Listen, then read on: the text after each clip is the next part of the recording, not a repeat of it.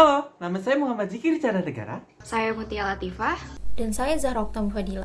Kami dari Universitas Negeri Jakarta, Program Studi Ilmu Komunikasi Angkatan 2021 dari kelas B, kelompok ke-7. Nah, di sini kami akan membahas mengenai satu buku, yaitu ini.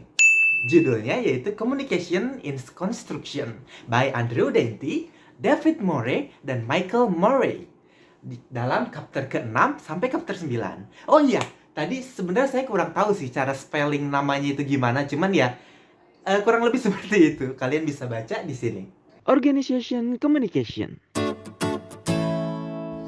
Tentunya kita semua udah tahu kalau komunikasi merupakan salah satu hal terpenting di hidup manusia.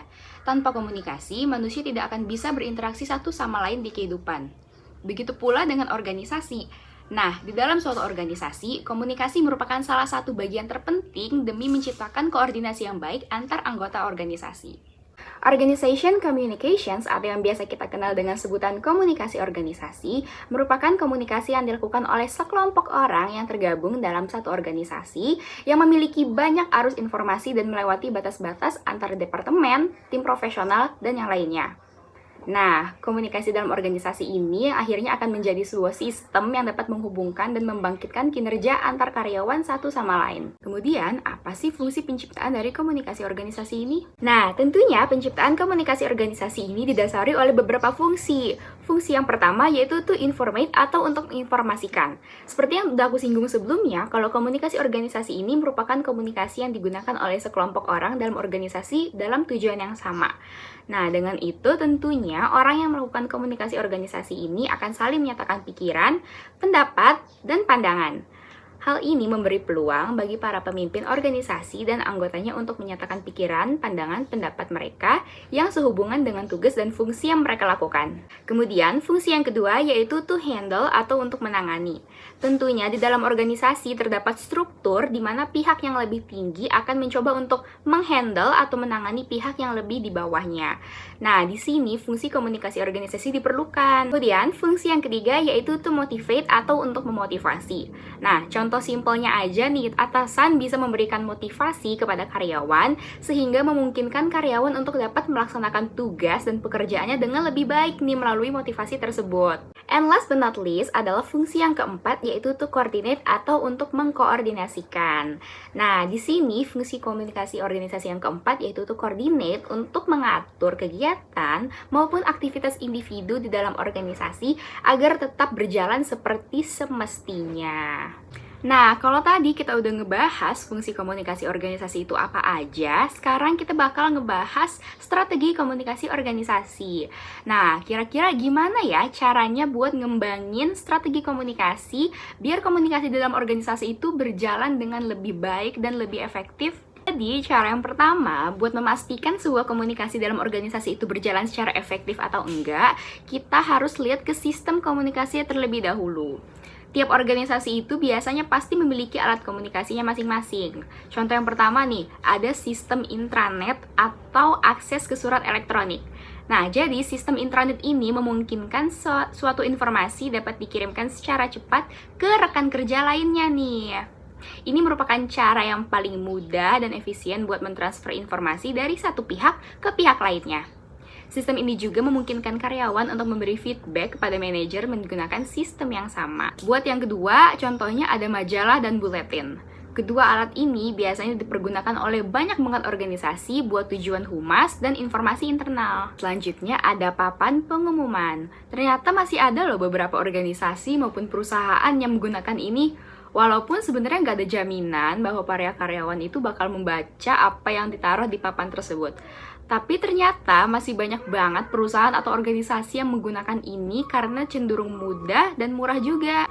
Selanjutnya yaitu pengarahan tim.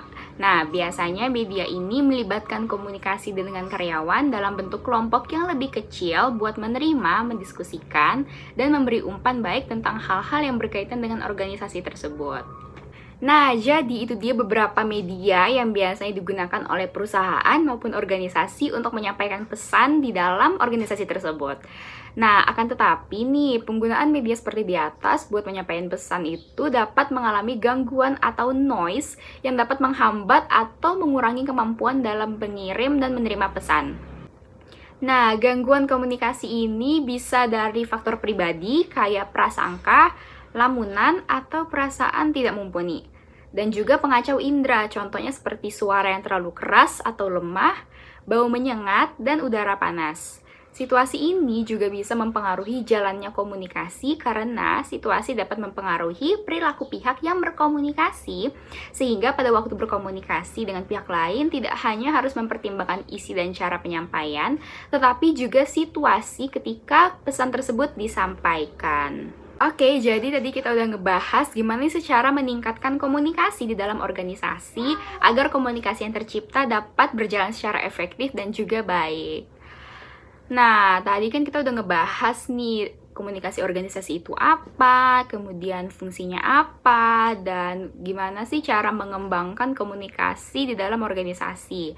Sekarang kita bakal masuk ke hambatan-hambatan apa aja yang mungkin bakal kita temui di dalam komunikasi organisasi. Tentunya, komunikasi di dalam sebuah organisasi itu nggak bakal selamanya berjalan lancar nih seperti yang kita harapkan. Terkadang, dalam organisasi bisa loh terjadi salah pengertian antar satu anggota dengan anggota lainnya, atau bahkan antara atasan dengan bawahan terkait pesan yang mereka sampaikan. Oke, jadi hambatan yang pertama itu tadi ada hambatan organisasional. Nah, di dalam hambatan organisasional ini terdapat 3 hambatan nih. Yang pertama yaitu hambatan hierarki. Jadi, apabila suatu organisasi itu tumbuh dan berkembang, biasanya bakal mudah timbulnya berbagai masalah komunikasi nih. Kenapa? Karena informasi yang akan disampaikan harus melalui tingkatan atau jenjang tambahan yang tentunya akan memerlukan waktu yang lebih lama untuk mencapai tujuan, sehingga isi informasinya cenderung menjadi kurang nih ketetapannya. Informasi yang mengalir secara vertikal seperti hierarki tadi akan melalui beberapa penyaringan dengan persepsi, motif, kebutuhan, dan hubungannya sendiri.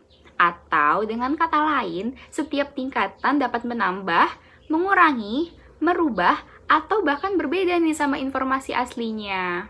Nah, kemudian hambatan yang kedua dalam hambatan organisasional ada wewenang manajerial.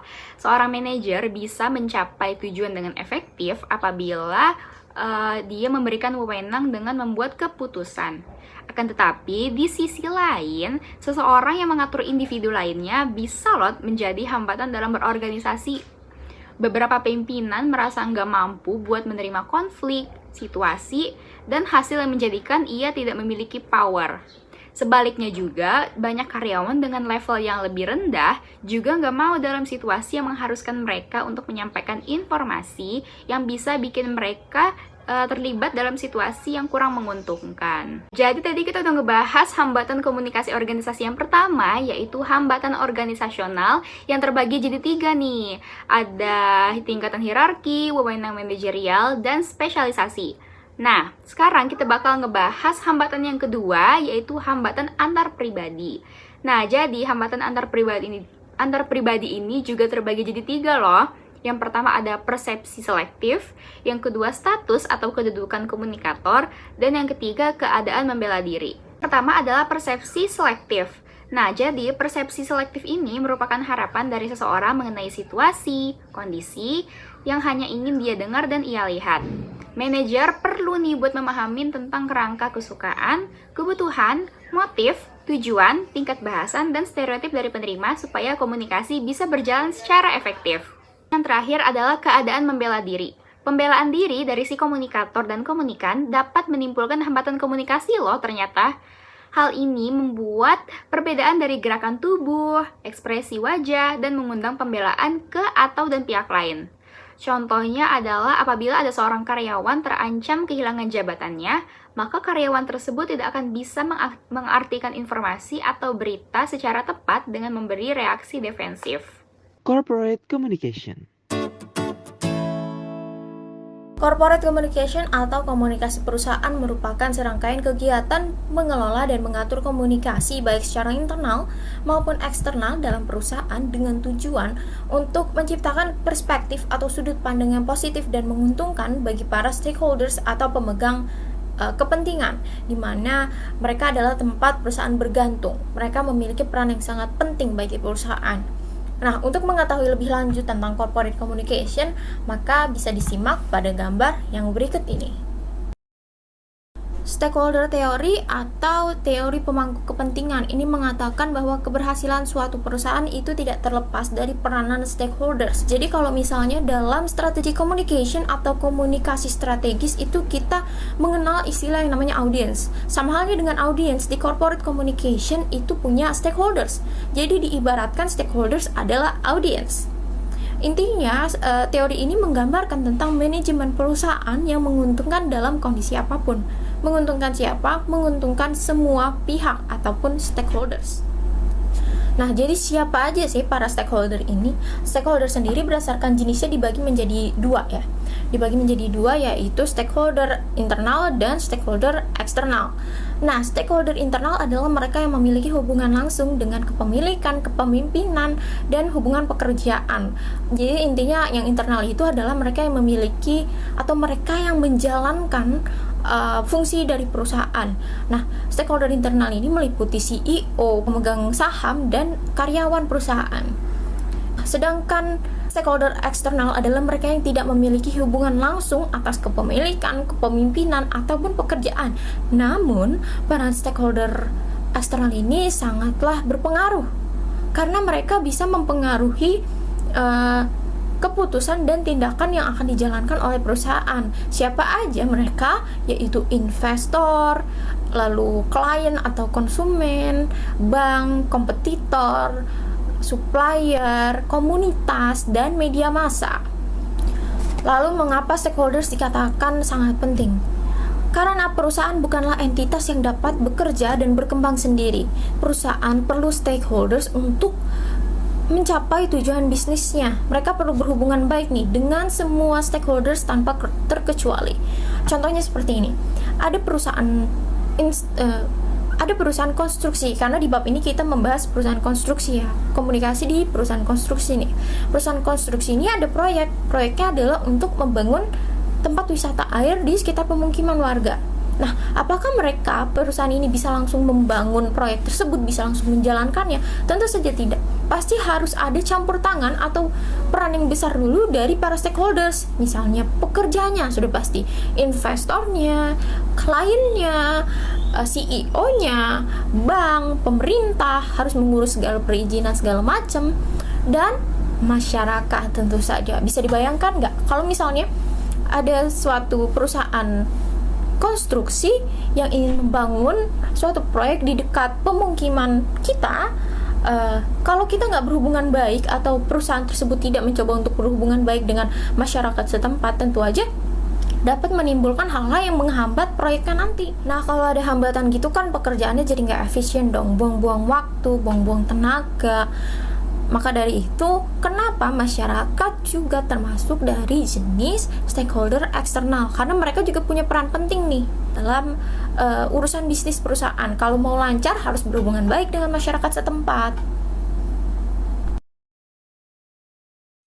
Yang selanjutnya, Principle of Mass Media.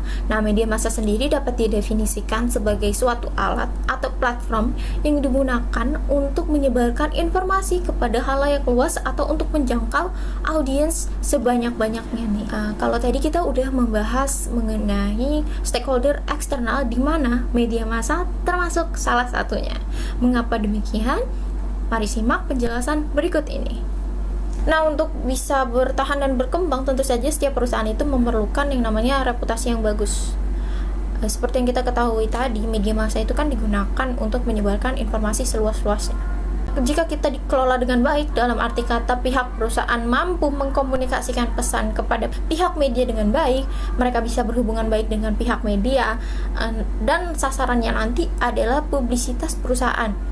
Jika publisitas tersebut bermuatan citra-citra positif, nantinya hal itu dapat menarik investor baru, klien baru, konsumen baru, dan lain sebagainya. Dengan lagi-lagi tujuannya adalah bisnis untuk mendapatkan keuntungan. Tentu saja peran humas perusahaan itu harus aktif, harus kreatif dan juga berhati-hati dalam menyebarkan informasi kepada pihak pers nih, pada pihak media atau saluran media. Mengingat segala informasi yang mereka bagikan itu dapat mempengaruhi citra perusahaan. Nah, ini nantinya akan berkaitan dengan materi Managing the Corporate Image of Construction Industry atau mengelola citra atau reputasi perusahaan konstruksi. Pada intinya sih di materi ini mengemas tentang bagaimana sih cara manajer perusahaan dapat mengelola citra perusahaan dengan baik. Apakah lewat media massa ataukah lewat CSR yang akan kita bahas setelah ini. Lalu kenapa harus berhati-hati dengan media? Karena faktanya media massa itu sangat powerful. Mereka itu dapat mempengaruhi perspektif seseorang, kelompok, karena dapat menjangkau banyak hal. Media massa itu bisa menaikkan, dia bisa membuat kita bertahan. Media massa juga bisa menjatuhkan seseorang ataupun suatu organisasi. Maka ada kalanya nih perusahaan memerlukan ahli komunikasi atau ahli hubungan masyarakat profesional yang memang sudah dibekali dengan ilmu untuk communication skill, interpersonal skill, di mana nantinya mereka memiliki peran untuk mengelola segala kegiatan yang berhubungan dengan membangun reputasi perusahaan.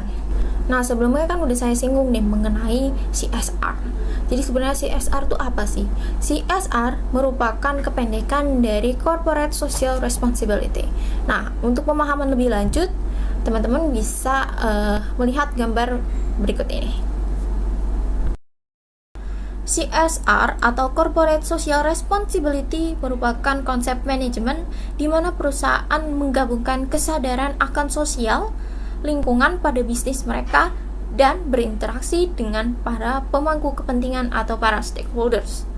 Nah, CSR pada umumnya ini dipahami sebagai cara perusahaan mencapai keseimbangan antara ekonomi, lingkungan, dan keharusan sosial, atau biasanya dikenal dengan triple bottom line approach. Menurut John Elkington, perusahaan yang ingin berkelanjutan haruslah memperhatikan 3P. Selain mengejar profit atau keuntungan, perusahaan juga harus mempertimbangkan dan terlibat pada pemenuhan kesejahteraan masyarakat atau yang menjadi point people di sini. Dan turut juga berkontribusi aktif dalam menjaga kelestarian lingkungan, planet. CSR merupakan kepedulian perusahaan dengan konsep dasar 3P atau istilah yang lebih dikenal adalah triple bottom line concept, yaitu profit, people, and planet. Nah, berikut ini saya akan memberikan contoh penerapan CSR atau tanggung jawab sosial perusahaan. Yang pertama adalah terhadap pengelolaan lingkungan. Contohnya dengan membangun sistem tata kelola lingkungan atau IMS. Tujuannya sendiri adalah untuk memastikan bahwa industri konstruksi memberikan produk dan pelayanan dengan tanggung jawab penuh terhadap lingkungan. Misalnya menggunakan sumber energi dengan bijak dan secara efisien dalam semua kegiatan proyek atau operasional. Yang kedua, tanggung jawab sosial perusahaan untuk praktek ketenagakerjaan, kesehatan, dan keamanan di tempat kerja.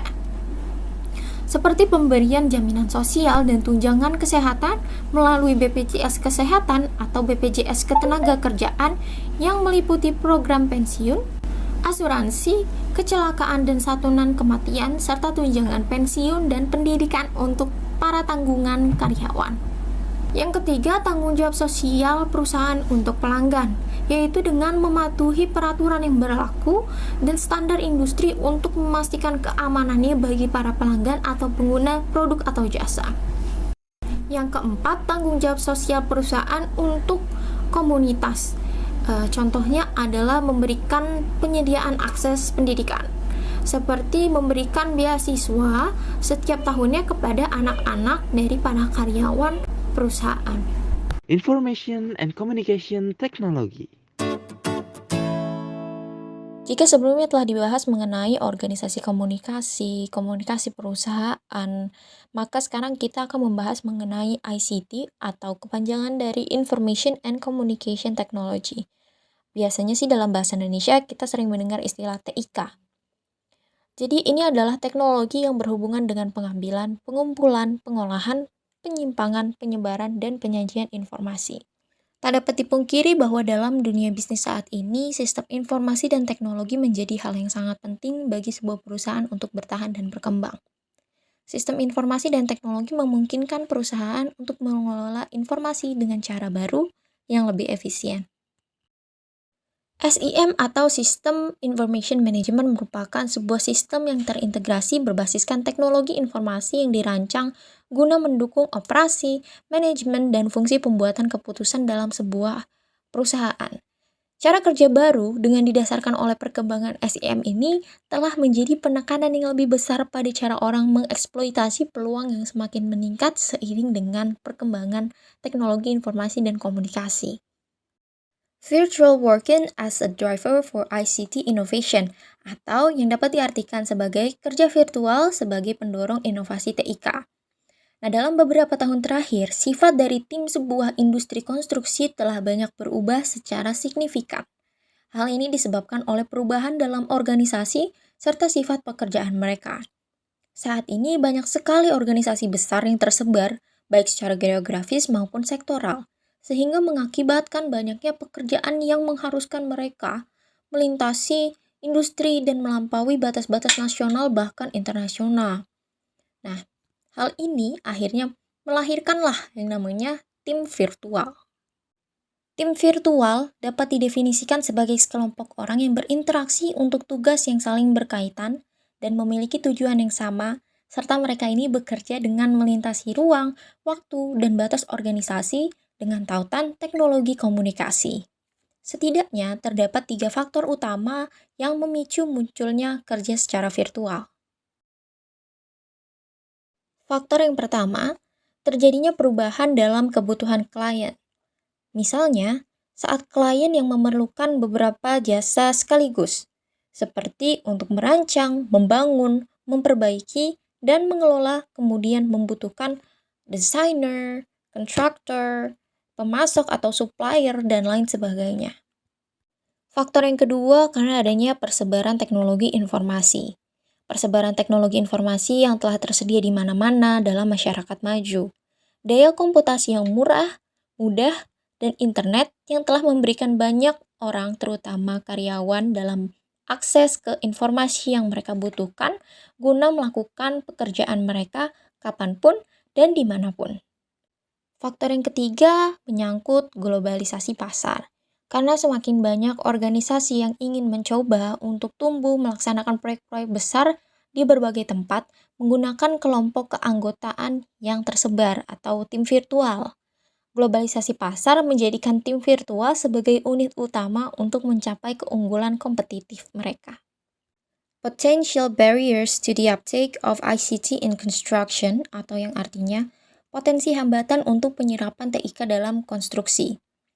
Meskipun terlihat bahwa konstruksi dapat memperoleh manfaat dari perkembangan teknologi komunikasi, sayangnya hanya ada sedikit bukti dari penyerapan sistem untuk memfasilitasi komunikasi di sektor ini. Oleh karena itu, penting untuk memiliki spekulasi mengapa masalah seperti itu bisa terjadi. Implementasi sistem manajemen berbasis komputer pula dapat menimbulkan masalah bagi sebuah organisasi, seperti reaksi negatif dari karyawan terhadap proses baru ICT, atau bahkan merusak jaringan dan komunikasi informal yang telah ada. Yang selanjutnya, explaining the industry's reluctance to embrace ICT, atau menjelaskan keengganan industri untuk merangkul TIK, teknologi informasi dan komunikasi. Keengganan industri untuk merangkul penggunaan TIK itu menjadi salah satu faktor terhambatnya pengembangan industri 4.0. Di mana yang kita tahu, pengembangan industri 4.0 itu semuanya serba digital ya. Diharapkan semuanya serba digital, serba teknologi lah. Intinya pengembangan teknologi. Terdapat kurang lebih 6 faktor yang menjadi penyebab lambatnya penyerapan industri 4.0 pada perusahaan-perusahaan yang sedang dalam tahap implementasi. Menurut McKinsey and Company Partner Leader Southeast Asia Operation Practice Vishal Agarwal, beliau menyebutkan 6 faktor tersebut antara lain kesulitan dalam merancang peta jalan dengan jelas untuk bertumbuh pada skala besar. Yang kedua, data-data yang tersimpan masih secara terpisah dan tidak adanya satu platform yang cocok untuk melangsungkan integrasi. Faktor yang ketiga ialah kurangnya orang-orang dengan kemampuan digital untuk melaksanakan peta yang telah dirancang. Lalu, ada pula tantangan dalam menentukan dan memprioritaskan proyek dengan nilai bisnis yang jelas. Dan yang terakhir, kurangnya pengetahuan dan sumber daya akan pengembangan proyek serta infrastruktur serta kekhawatiran yang berkenaan dengan resiko keamanan cyber juga menjadi faktor penghambatnya. Itu dia tadi 6 faktor penghambat terjadinya pengembangan industri 4.0 pada industri konstruksi. Conclusion and future directions in construction communication. Nah, untuk bab terakhir itu akan saya bahas, yaitu mengenai ini.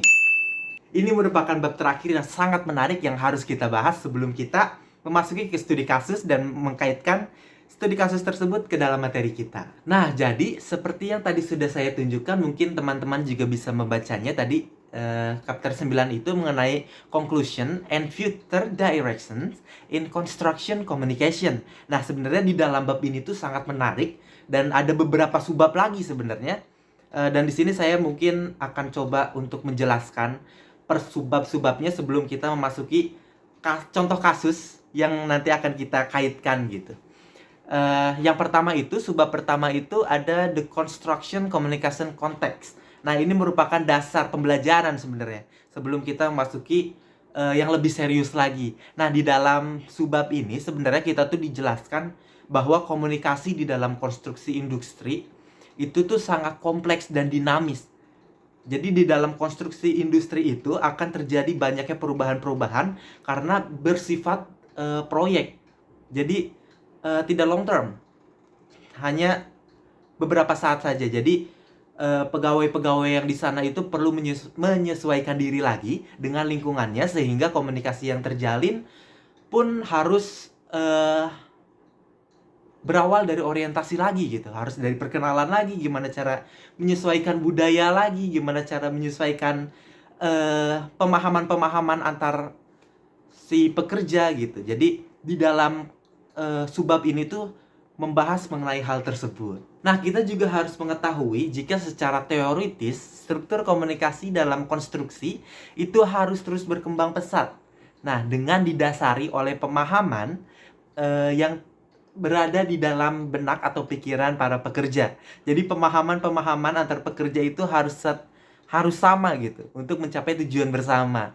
Nah, terus juga pemahaman umum tersebut itu akan membentuk suatu komponen aspek dari budaya industri yang meningkatkan kinerja para partisipan melalui komunikasi yang menjadikan interaksi itu sebagai norma. Nah, di sini garis bawahnya yaitu menjadikan interaksi sebagai norma. Jadi interaksi tersebut dijadikan sebagai suatu hal yang sangat penting gitu dalam budaya industri tersebut gitu. Jadi dapat kita ambil bahwa komunikasi yang efektif itu merupakan komunikasi yang sudah menjadi budaya melalui pemahaman-pemahaman dasar yang sama dengan tujuan yang sama gitu. Nah, namun secara praktik itu contohnya ada di Inggris Raya. Di Inggris Raya itu mereka mewajibkan industri konstruksi tersebut atau seluruh perusahaan yang bekerja di bidang konstruksi itu perlu atau harus memiliki kompetensi dalam berkomunikasi secara efektif, karena menurut mereka komunikasi yang buruk itu akan menjadi pembatas yang sangat kuat dalam peningkatan kinerja partisipan dan kepuasan tim. Nah, jadi di sini juga saya mendapatkan insight baru gitu dari buku ini, bahwa ternyata kepuasan tim itu akan berdampak langsung dengan kinerja tim. Artinya ketika tim itu merasa terpuaskan dengan adanya komunikasi-komunikasi yang efektif, dengan tidak adanya kesalahpahaman di antara pekerja atau di antara stakeholder, maka perusahaan tersebut pun akan dengan mudahnya melangkah ke arah yang lebih baik gitu. Karena ya tadi, komunikasi efektif itu harus dijaga dan perlu dijalankan. Selain itu juga lingkungan proyek merupakan jaringan aktor gitu yang saling berkoneksi. Artinya ketika ada suatu permasalahan itu akan dapat diselesaikan melalui interaksi dan tindakan antara partisipan. Seperti tadi yang tadi telah saya sebutkan bahwa interaksi itu dijadikan sebagai norma yang sudah menjadi budaya gitu. Jadi ketika ada suatu permasalahan atau suatu isu atau suatu pembahasan itu akan diselesaikan melalui komunikasi yang dibalut dengan interaksi antar sesama gitu, antar partisipan atau stakeholder yang ada di perusahaan tersebut. Untuk subbab kedua, ini saya senderan dulu supaya muat di sini. Ini mengenai deconstructing the construction communication challenge for project manager. Nah, di subbab ini itu membahas mengenai dekonstruksi dalam konstruksi komunikasi yang perlu diperhatikan lagi karena banyaknya komunikasi industri yang terbagi-bagi dalam beberapa sektor dan tingkatan. Nah, sektor dan tingkatan tersebut yang memfasilitasi segala paham dan membangun sebuah kerangka kerja yang dibutuhkan oleh sektor konstruksi tersebut gitu. Jadi banyak tingkatan-tingkatannya. Contohnya itu tingkatan yang pertama misalkan. Tingkatan yang pertama itu adalah interaksi antar individu. Jadi di mana interaksi yang terjadi antar anggota atau antar partisipan di dalam suatu perusahaan gitu.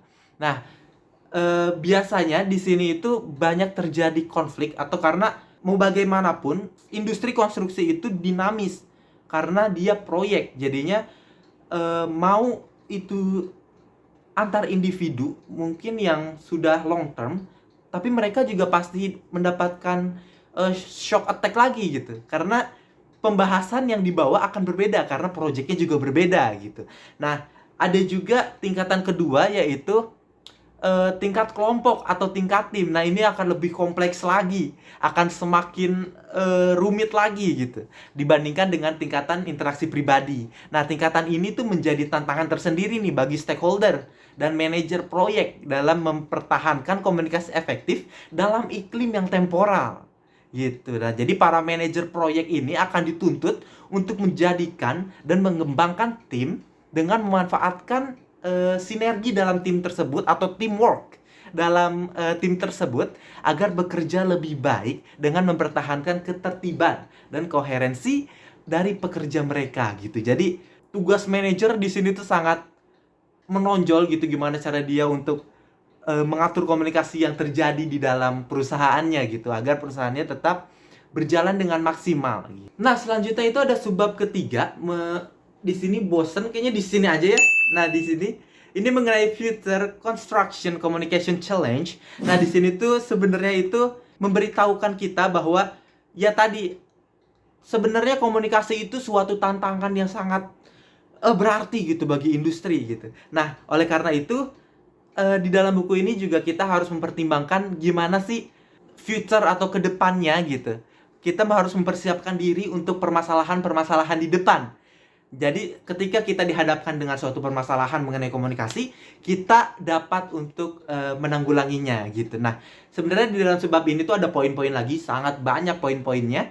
Yang pertama itu mengenai the performance improvement imperative. Nah, jadi sebenarnya tuh kurang lebih sama kayak yang tadi. Jadi kita perlu mempelajari mengenai komunikasi karena komunikasi itu sangat penting dalam meningkatkan performa kerja dari para stakeholder untuk perusahaan gitu.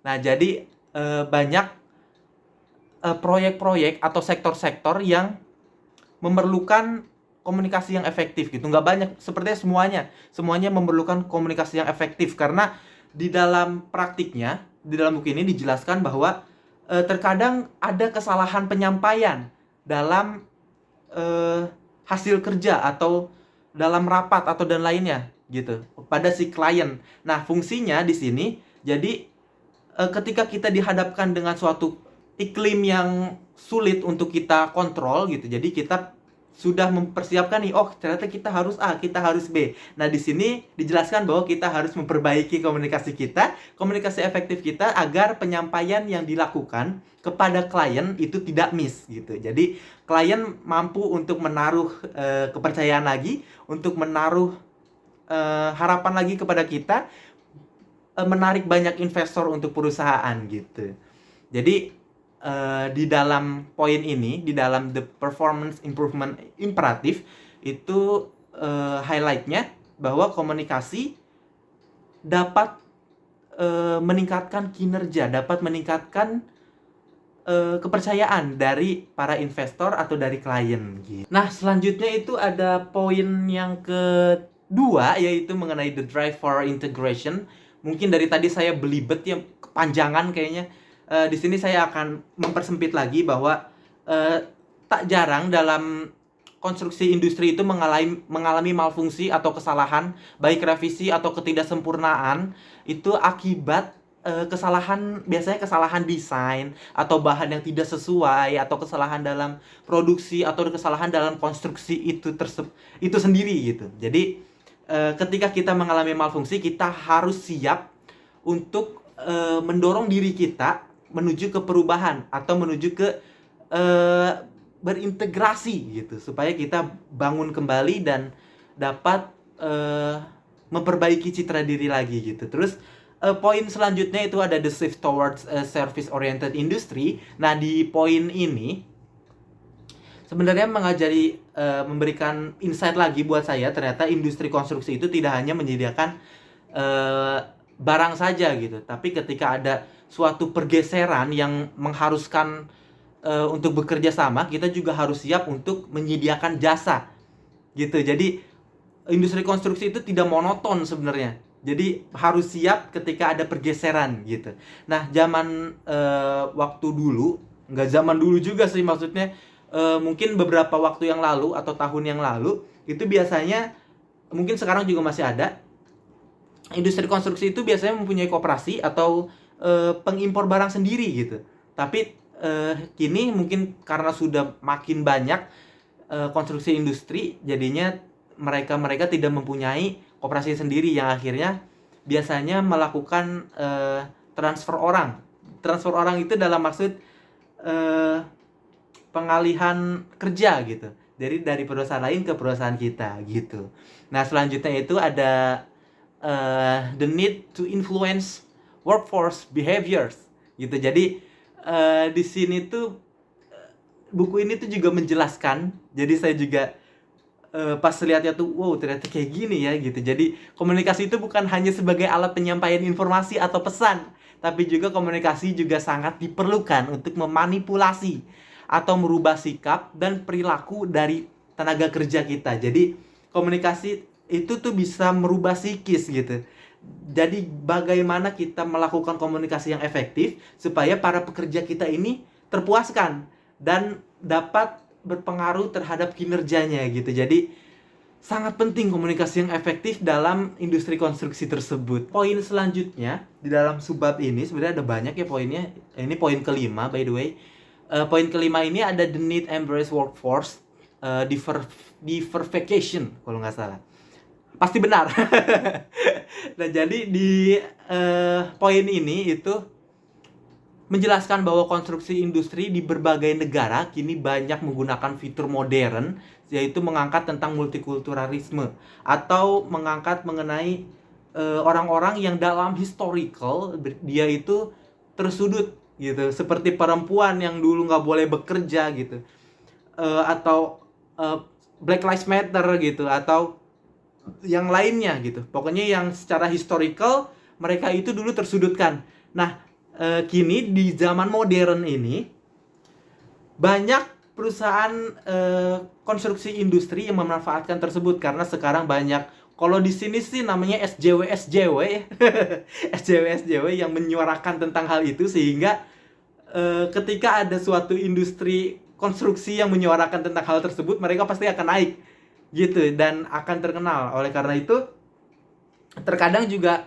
hal-hal yang dimiliki oleh perempuan atau hal-hal yang dimiliki oleh orang yang berbeda budaya itu dapat memberikan warna tersendiri di dalam suatu perusahaan, karena mereka pastinya memiliki pemikiran-pemikiran yang luar biasa yang selama ini itu tersembunyi gitu. Jadi di dalam poin ini mengajari kita bahwa semua orang itu memiliki kesempatan yang sama, karena setiap orang juga diberikan akal yang sama oleh Tuhan gitu. Kok jadi agak bahas agama ya? Cuman ya seperti itu gitu. Terus untuk poin selanjutnya itu ada globalization. Nah, di sini ya mungkin kalian udah sering denger lah. Ya sama sih kurang lebih. Jadi di sini sih membahas mengenai komunikasi konstruksi industri global yang mungkin sangat rumit dan memiliki banyak tantangan. Seperti halnya perusahaan-perusahaan Eropa yang berinvestasi terhadap terhadap perusahaan Chinese gitu. Karena perusahaan Chinese tersebut tidak dipungkiri mereka sangat melejit, sangat kencang gitu, dan Eropa biasanya memanfaatkan hal tersebut untuk mengeksploitasinya. Cuman emang rada sulit. Rada itu agak emang agak sulit gitu bagi orang-orang Eropa dalam mengeksploitasi. Jadi kita juga harus bersiap diri dalam dunia industri konstruksi, khususnya jika ada suatu globalization, karena di sana juga selain ada eksploitasi juga banyak budaya-budaya yang sangat jomplang gitu, karena beda negara ya. Beda negara itu beda bahasa, beda budaya, beda kebiasaan. Jadi kita perlu menyesuaikan diri lagi gitu. Terus poin selanjutnya ada the need to reduce noise and overload in construction communication process. Nah, jadi di dalam bab ini juga di dalam poin ini, itu poin ke-7. Ini membahas mengenai noise atau kebisingan atau gangguan-gangguan dalam komunikasi yang perlu kita kurangi karena sudah overload.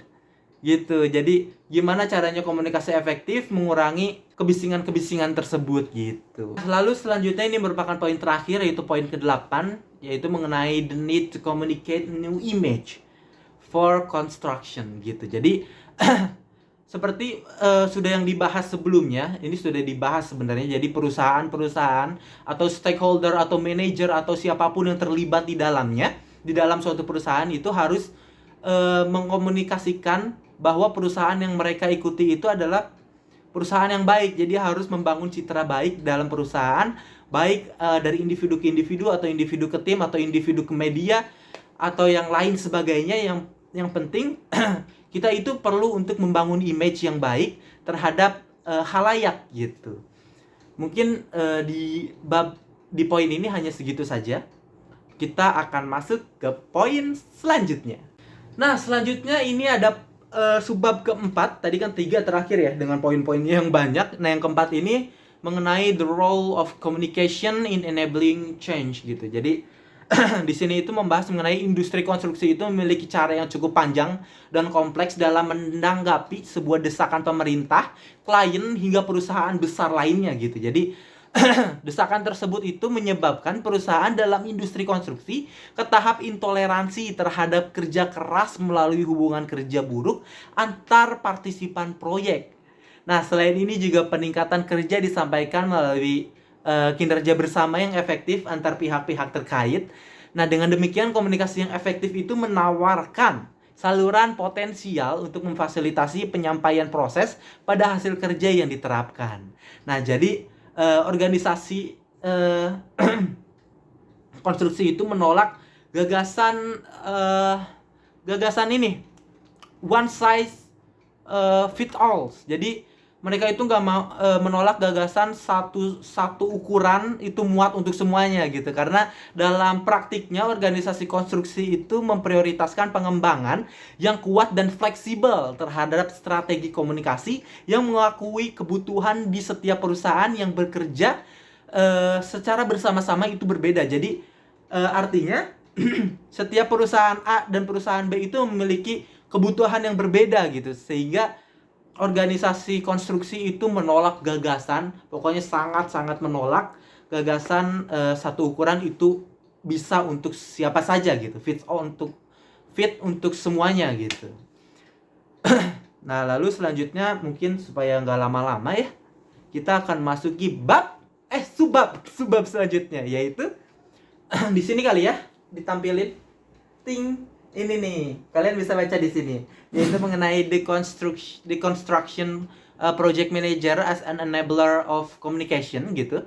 Nah, jadi sebenarnya di dalam bab ini tuh hampir sama dengan subbab sebelumnya gitu, yaitu mengenai bagaimana cara manajer ini untuk berkomunikasi secara efektif sebagai bentuk peningkatan performa dalam perusahaan gitu. Jadi para stakeholder dan tim ini membutuhkan teknik dan kemampuan komunikasi yang berbeda. Jadi seorang manajer itu harus berkompeten dalam encoding dan decoding karena dapat berpengaruh gitu, dapat berpengaruh dalam capaian hasil proyek. Jadi sebenarnya hampir-hampir sama dengan subbab sebelumnya gitu. Mungkin next aja ya ke subbab selanjutnya, itu subbab ke-6, yaitu mengenai some future research directions. Nah, tadi udah lihat kan, jadi judulnya itu subbab yang terakhir some future research directions gitu. Nah, biasanya mahasiswa nih, woi, subbab terakhir kelar gitu. Padahal kan masih banyak, masih ada studi kasus, ada kaitan studi kasus, ada kesimpulan, ada saran, ada perspektif tulisan, jadi sabar gitu kan. Nah, ya udah balik lagi ke sini. Some future research directions. Jadi di sini itu kita akan membahas mengenai perlu dipikirkannya mengenai penelitian masa depan, karena itu sangatlah penting gitu. Karena pasti ada beberapa indikasi atau indikator potensial yang akan mengandung kompleksitas dalam industri konstruksi khususnya, dan akan mengakibatkan beberapa permasalahan dalam tim atau dalam perusahaan yang perlu untuk diidentifikasi melalui beberapa pendekatan. Nah, yang pertama itu ada communication as an route to individual and organizational learning. Nah, jadi gimana sih itu?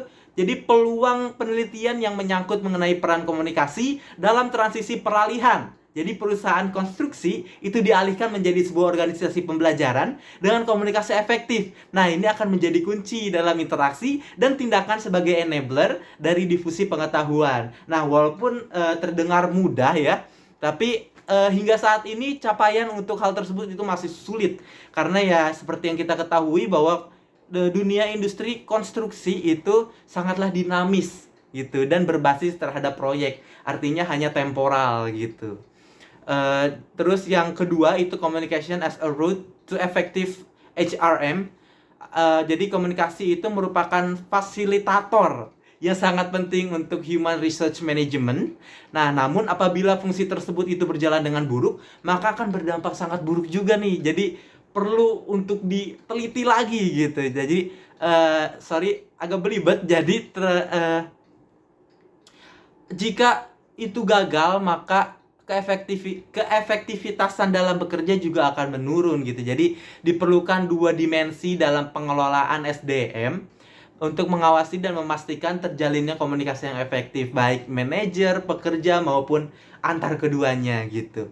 Nah, lalu ada yang terakhir, itu yang ketiga, pendekatan yang ketiga, yaitu communication as a route to trust and collaborative working. Jadi diperlukannya penelitian untuk mengidentifikasi dan menetapkan kondisi komunikasi efektif yang diperlukan sebagai prasyarat gitu untuk hubungan kerja yang didasari dengan kepercayaan dan saling mengerti agar saluran komunikasi antar semua pihak dalam industri konstruksi itu berjalan dengan baik.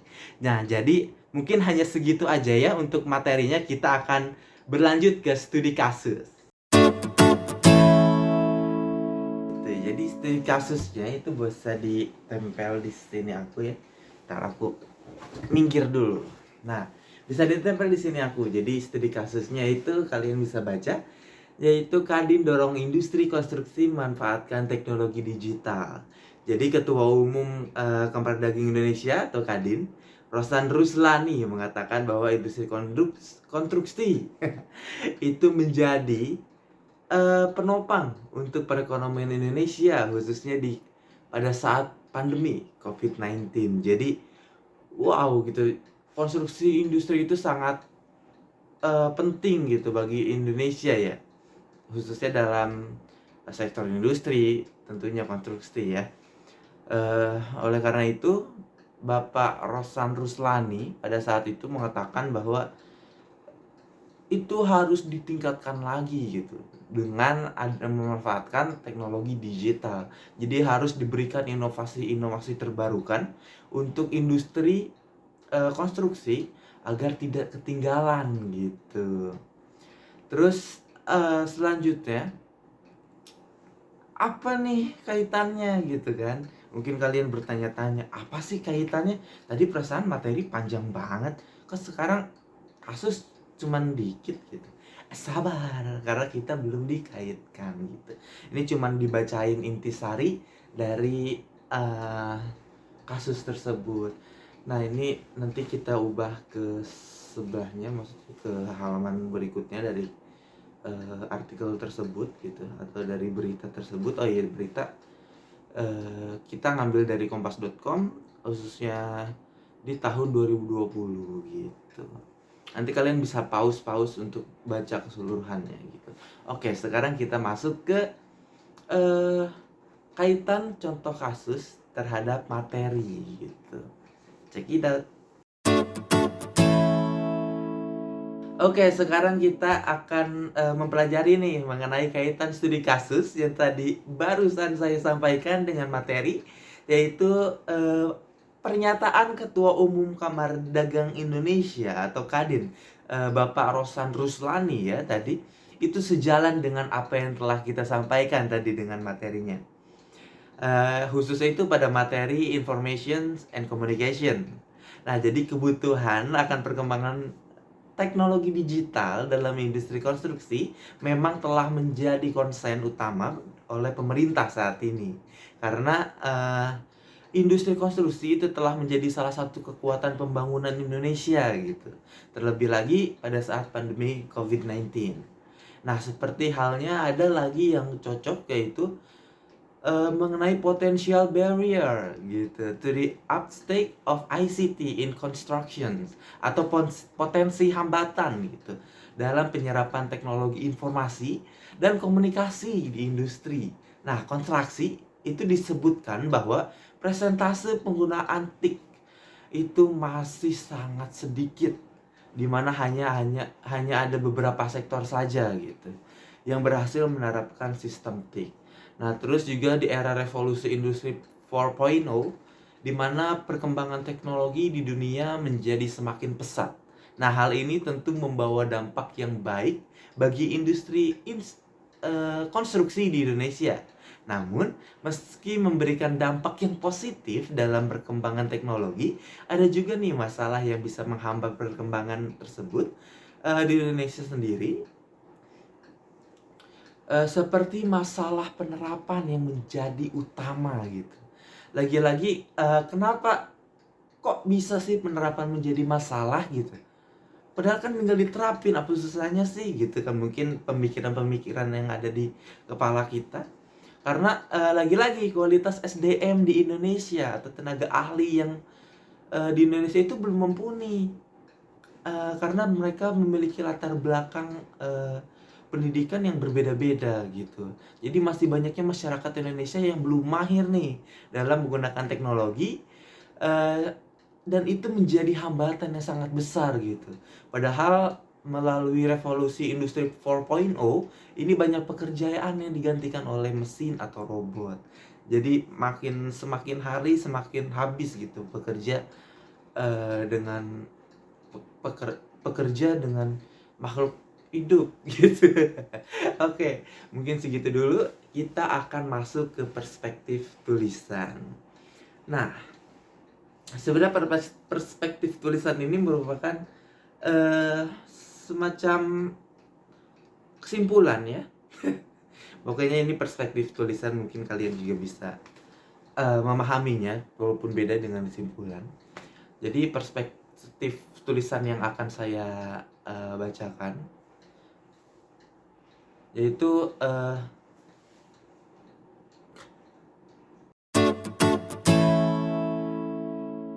selanjutnya itu ada yang dinamakan dengan perspektif tulisan gitu. Ini sebenarnya menjelang akhir mau ke kesimpulan saran ya. Jadi kita itu sebenarnya udah membuat satu tulisan, karena selain kita membuat satu video ini, kita juga di UNJ ini membuat suatu paper gitu untuk sebagai bukti laporan bahwa kita telah membaca buku tersebut gitu. Jadi akan ada perspektif tulisan dari kami selaku penulis gitu. Nah, jadi salah satunya itu ada organization communications. Jadi pada sebab ini kami itu sebagai penulis itu berusaha memaparkan atau serta menguraikan informasi mengenai dasar komunikasi organisasi dan menjelaskan informasi lagi nih tentang seperti fungsi, strategi, hambatan, hingga cara meningkatkan efektivitas komunikasi dalam sebuah organisasi gitu. Karena kami berpikir bahwa organization communications itu adalah hal yang paling important gitu dalam suatu lingkungan kerja atau perusahaan, baik perusahaan apapun itu ya, dan salah satunya perusahaan konstruksi industri ini gitu. Lalu selanjutnya ada corporate communication in construction industry. Jadi pada subbab ini penulis juga memiliki tujuan gitu untuk menjelaskan dan menguraikan gambaran mengenai komunikasi perusahaan dan juga mengaitkannya gitu dengan peristiwa-peristiwa yang benar terjadi pada industri konstruksi. Penulis juga memberikan penjelasan nih mengenai stakeholder theory atau teori pemangku kepentingan, dengan harapan agar pembaca itu dapat memahami dasar-dasar pemahaman mengenai komunikasi perusahaan yang melibatkan seluruh pemangku kepentingan dalam keberlangsungan bisnis gitu. Oke, karena perspektif sudah saya sampaikan, kita masuk ke penutupan. Nah, jadi kesimpulannya itu industri konstruksi itu memiliki peluang kesuksesan yang besar apabila dibalut dengan sistem komunikasi efektif. Jadi komunikasi ini akan lebih kompleks tentunya, seperti dalam interaksi individu, tim atau kelompok gitu, ataupun organisasi. Jadi interaksi yang melibatkan banyak pihak dengan tingkatan yang berbeda. Nah, industri konstruksi juga perlu menyesuaikan perkembangan zaman gitu, dengan memanfaatkan sistem teknologi informasi seperti sistem informasi manajemen yang didesain khusus untuk organisasi bisnis gitu, yang terintegrasi dan terancang untuk menyokong operasi, manajemen, dan fungsi dalam pembuatan keputusan gitu. Jadi walaupun dalam komunikasi ini telah masuk ke dalam suatu sistem tersebut gitu, tapi seorang manajer juga harus memiliki keterampilan yang harus terus-terusan diasah, karena itu keterampilan tersebut itu harus diasah ya, tidak bisa muncul dengan sendirinya. Jadi manajer itu harus memiliki keterampilan komunikasi efektif yang baik, yang mampu untuk memenuhi kebutuhan dan mampu untuk merangkul seluruh lapisan yang ada di perusahaan, baik pekerja internal maupun pekerja eksternal atau stakeholder lainnya gitu, yang ada di dalam atau di luar perusahaan, untuk membangun kinerja yang baik dan untuk membangun citra perusahaan yang baik gitu. Terus mungkin kita akan masuk ke saran ini adalah yang paling terakhir, jadi sistem komunikasi efektif dan pengembangan sistem teknologi informasi. Manajemen itu menjadi kunci utama dalam industri konstruksi. Nah, dengan demikian diperlukan sumber daya manusia yang mampu untuk menguasai dua hal di atas. Keterampilan perlu ditingkatkan dan harus terus mengalami peningkatan. Nah, mengingat laju pertumbuhan teknologi yang semakin besar, diperlukannya kesiapan SDM nih untuk menanggulangi pergeseran yang akan terjadi agar industri konstruksi dalam perusahaan tetap terjaga, baik internal maupun eksternal. Jadi gimana? Jadi teruslah belajar supaya kita menjadi SDM yang berkualitas, agar kita mampu untuk menghadapi segala permasalahan atau hal-hal di luar sana gitu yang dapat menghambat perkembangan kita gitu. Oke, ternyata kita udah selesai, nggak kerasa ya. Padahal aku pengen lagi nih menjelaskan gitu. Enggak deh, karena udah habis juga ya materinya, mau jelasin apa lagi gitu. Ya udah, mungkin segitu aja dari kami. Mohon maaf bila kami terdapat kesalahan, baik dalam perkataan, baik dalam materi, atau baik dalam perbuatan gitu ya, sengaja maupun tidak sengaja, mohon dimaafkan. Wassalamualaikum warahmatullahi wabarakatuh. Dadah.